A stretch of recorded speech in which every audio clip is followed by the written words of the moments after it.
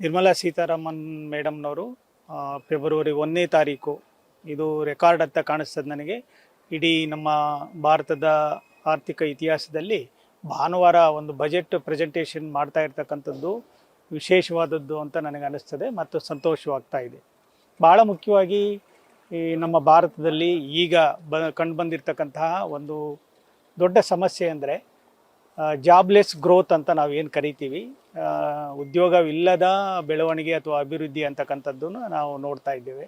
ಈ ವಿಷಯದಲ್ಲಿ ಬಜೆಟ್ನಲ್ಲಿ ಹೆಚ್ಚಿನ ನಿರೀಕ್ಷೆಗಳನ್ನು ನಾವು ಯುವಕರು, ಮುಖ್ಯವಾಗಿ ಈಗ ಏನು ನಮ್ಮ ಡಿಗ್ರಿ ಓದಿರ್ತಕ್ಕಂಥವ್ರು ಇರ್ಬೋದು ಅಥವಾ ಇನ್ನೂ ಮೇಲ್ಮಟ್ಟದ ಉನ್ನತ ಶಿಕ್ಷಣ ಪಡೆದಂತಹ ಎಲ್ಲ ಇವತ್ತು ಯುವಜನಾಂಗ ನಿರೀಕ್ಷೆ ಮಾಡ್ತಾ ಇರ್ತಕ್ಕಂಥದ್ದು ಉದ್ಯೋಗಗಳು ನಮಗೆ ಸಿಗಬೇಕು ಅಂತಕ್ಕಂಥದ್ದು. ಈಗ ನಾವು ಗ್ಲೋಬಲೈಜೇಷನ್, ಪ್ರೈವೇಟೈಜೇಷನ್, ಲಿಬರಲೈಜೇಷನ್ ಪ್ರೋಸೆಸ್ಸಲ್ಲಿ ಉದ್ಯೋಗಗಳು ಕಡಿಮೆ ಆಗ್ತಾ ಇರ್ತಕ್ಕಂಥದ್ದನ್ನು, ಅದರಲ್ಲೂ ಸರ್ಕಾರಿ ಉದ್ಯೋಗಗಳಂತೂ ಒಂದು ರೀತಿ ಶೂನ್ಯ ಮಟ್ಟ ತಲುಪಿದೆ ಅಂತ ನಮಗೆ ಅನ್ನಿಸ್ತಾ ಇದೆ. ಆ ಕಾರಣಕ್ಕಾಗಿ ಈ ದಿಶೆಯಲ್ಲಿ ಹೆಚ್ಚು ಒಂದು ನಿರೀಕ್ಷೆಯನ್ನು ನಾವು ಇಟ್ಕೊಂಡಿದ್ದೇವೆ. ಅದಲ್ಲದೆ ಸ್ವಯಂ ಉದ್ಯೋಗಕ್ಕೆ ಈಗೇನು ಮಾಡಿದ್ದಾರೆ ಎಲ್ಲ ಸ್ಕೀಮ್ಗಳು ಕೂಡ ಬಹಳ ಚೆನ್ನಾಗಿ ಬರ್ತಾ ಇದೆ.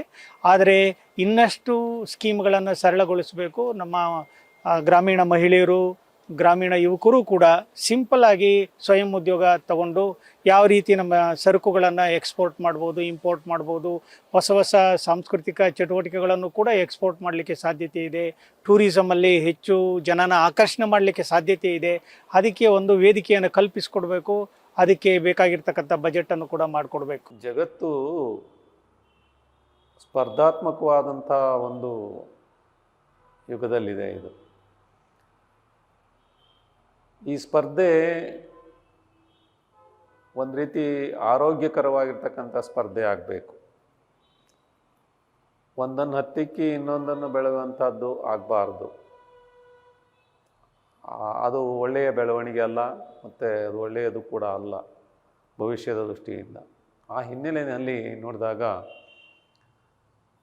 ಭಾರತದಂತಹ ಅಭಿವೃದ್ಧಿಶೀಲ ರಾಷ್ಟ್ರ ತನ್ನ ಗತ ಇತಿಹಾಸವನ್ನು ಸ್ಮರಣೆಯಲ್ಲಿಟ್ಕೊಂಡು ಪ್ರಸ್ತುತ ದಿನಮಾನಗಳಿಗೆ ಜಾಗತಿಕ ಮಟ್ಟದಲ್ಲಿ ಗುರುತಿಸಿಕೊಂಡು ಆರ್ಥಿಕವಾಗಿ ಸಮಗ್ರವಾಗಿ ಬೆಳವಣಿಗೆ ಆಗುವ ಹಿನ್ನೆಲೆಯಲ್ಲಿ ಬಹುಶಃ ಇತ್ತೀಚಿನ ವರ್ಷಗಳಲ್ಲಿ ದಾಪುಗಾಲು ಇಡ್ತಾ ಇರೋದು ನಿಜಕ್ಕೂ ಕೂಡ ಒಂದು ಒಳ್ಳೆಯ ಬೆಳವಣಿಗೆ.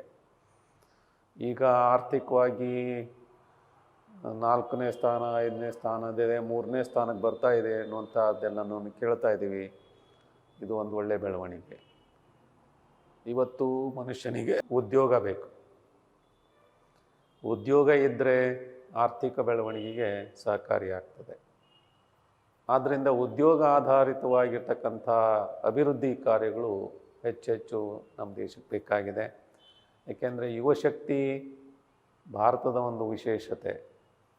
ಆ ಯುವಶಕ್ತಿಗೆ ಇವತ್ತು ಉದ್ಯೋಗವನ್ನು ಕೊಡುವಂಥ ಕಾರ್ಯ, ಅವರಿಗೆ ಕಾಯಕದ ಮೂಲಕ ಉನ್ನತಿಯನ್ನು ಸಾಧಿಸಲಿಕ್ಕೆ, ಆ ಮೂಲಕ ದೇಶದ ಆರ್ಥಿಕ ಸ್ಥಿತಿಗತಿ ಸುಧಾರಣೆಯಾಗಲಿಕ್ಕೆ, ಆ ಹಿನ್ನೆಲೆಯಲ್ಲಿ ನೆಮ್ಮದಿಯುತವಾದಂಥ ಬದುಕನ್ನು ರೂಪಿಸಿಕೊಳ್ಳಲಿಕ್ಕೆ ಇವತ್ತು ಪೂರಕವಾಗುವಂಥ ಆಶಾದಾಯಕವಾದಂಥ ಆರ್ಥಿಕ ಬಜೆಟ್ ಮಂಡನೆ ಅನ್ನು ನಾವು ನಿರೀಕ್ಷಿಸಿದ್ದೇವೆ. ನಾನು ನಿರ್ಮಲಾ ಸೀತಾರಾಮನ್ ಇಷ್ಟು ವರ್ಷದಿಂದನೂ ಬಜೆಟ್ ಮಂಡನೆ ಮಾಡಿದ್ದಾರೆ. ಅದರಿಂದ ನಮಗೇನು ಬಜೆಟ್ ಮಂಡನೆ ಮಾಡ್ತಿದ್ದಾರೆ, ಬಟ್ ಸಹಾಯ ಆಗೋದ್ರಲ್ಲಿ ಆಗ್ತಿಲ್ಲ. ತುಂಬ ಪೀಪಲ್ಸಿಗೆ ತುಂಬ ನಿರುದ್ಯೋಗ ಅವಶ್ಯಕತೆ, ಎಜುಕೇಷನಲ್ಲೆಲ್ಲ ಪ್ರಾಬ್ಲಮ್ ಆಗ್ತಿದೆ. ಕಾಲೇಜಸ್ಗೆಲ್ಲ ಹೈ ಫೀಸ್ ಮಾಡ್ತಿದ್ದಾರೆ, ಬಟ್ ಕರೆಕ್ಟಾಗಿ ಎಜುಕೇಷನೇ ಕೊಡ್ತಿಲ್ಲ. ಸ್ಕಿಲ್ ಡೆವಲಪ್ಮೆಂಟ್ ಟೀಚರ್ಸ್ ಇದು ಮಾಡ್ತಿಲ್ಲ. ಎಷ್ಟೇ ಓದಿದ್ರು ಅವರಿಗೆ ಲಂಚ ಕೊಟ್ಟು ಗೌರ್ಮೆಂಟ್ ಅಪಾಯಿಂಟ್ ಮಾಡ್ಕೊತಿದ್ದಾರೆ ಹೊರತು ಕಷ್ಟಪಟ್ಟು ಓದಿರೋರಿಗೆ ಏನು ಅವ್ರಿಗೆ ಅಪಾಯಿಂಟ್ಮೆಂಟ್ ಮಾಡ್ಕೊತಾನೆ ಇಲ್ಲ. ಈಗ ರೂರಲ್ಲು ಅರ್ಬನ್ ಇದು ಸ್ಕೂಲ್ಸು ಕಾಲೇಜಿಗೆಲ್ಲ ಓದಿದ್ರೆ ಅವ್ರಿಗೆ ಕಷ್ಟ ಆಗ್ತಿದೆ. ಫೀಸು ಅವ್ರು ರೂರಲಲ್ಲಿ ಏನೋ ಅಷ್ಟು ಎಜುಕೇಷನ್ ಅಂದರೆ ಟೀಚರ್ಸ್ ಎಲ್ಲ ಅಪಾಯಿಂಟ್ ಮಾಡಲ್ಲ, ಬಟ್ ಅರ್ಬನಲ್ಲಿ ಮಾಡಿರ್ತಾರೆ. ಆದರೆ ಅವ್ರಿಗೆ ಫೀಸ್ ಜಾಸ್ತಿ ಇರೋ ಕಾರಣದಿಂದ ಅವರು ಓದೋಕ್ಕಾಗ್ತಿಲ್ಲ. ಅರ್ಬನಿಗೆಲ್ಲ ಬಂದು ಓದೋಕ್ಕಾಗ್ತಿಲ್ಲ, ಅವ್ರಿಗೆ ಕಷ್ಟ ಆಗ್ತಿದೆ. ಆಮೇಲೆ ಕಾಂಪಿಟೇಟಿವ್ ಎಕ್ಸಾಮ್ಸ್ ಎಲ್ಲ ಎಷ್ಟು ವರ್ಷದಿಂದ ಅವ್ರು ಕಷ್ಟಪಟ್ಟು ಓದಿರ್ತಾರೆ, ಬಟ್ ಈ ಸ್ಟೇಟಲ್ಲೆಲ್ಲ ಲಂಚ ಕೊಟ್ಟು ಅವ್ರಿಗೆ ಪೇಡ್ ಇದು ಮಾಡಿಕೊಂಡು ಅವರಿಗೆ ಅಪಾಯಿಂಟ್ಮೆಂಟ್ ಮಾಡ್ಕೊತಿದ್ದಾರೆ. ಇಷ್ಟು ವರ್ಷ ಕಾಂಪಿಟೇಟಿವ್ ಓದೋರಿಗೆ ಏನು ಯೂಸೇ ಇರಲ್ಲ. ಆಮೇಲೆ ಕಾಲೇಜಲ್ಲೆಲ್ಲ ಸ್ಕಿಲ್ ಎಷ್ಟೇ ಲಕ್ಷ ಲೆಕ್ಚರ್ಸ್ ಬಂದ್ರು, ಗೆಸ್ಟ್ ಲೆಕ್ಚರ್ಸ್ ಬಂದ್ರು, ಆದ್ರೆ ಕರೆಕ್ಟಾಗಿ ಪಾಠ ಮಾಡಿದೆ. ಮಕ್ಕಳು ಎಲ್ಲ ಬರೀ ಮೊಬೈಲ್ಸ್ ನೋಡಿ, ಗೂಗಲ್, ಚಾಟ್ GPT ಇದರಿಂದಾನೇ ಓದ್ತಾ ಇದ್ದಾರೆ.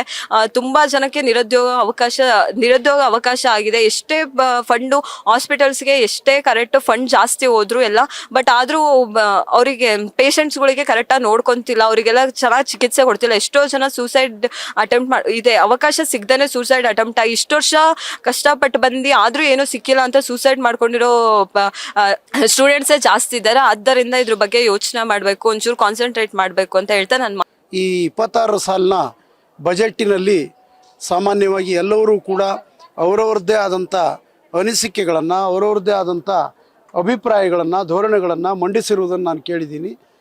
ನಾನು ವೈಯಕ್ತಿಕವಾಗಿ ಒಬ್ಬ ನೌಕರನಾಗಿ ನಮಗೆ ವಾರ್ಷಿಕವಾದಂಥ ಟ್ಯಾಕ್ಸ್ಗಳು ಅತಿಯಾಗಿ ಬರೋದರಿಂದ ಸಾಮಾನ್ಯವಾಗಿ ನಮ್ಮ ದುಡಿಮೆಯಲ್ಲಿ ಅರ್ಧಾಂಶ ಟ್ಯಾಕ್ಸ್ಗಳನ್ನೇ ನಾವು ಕೊಡ್ತಾ ಇದ್ದೀವಿ.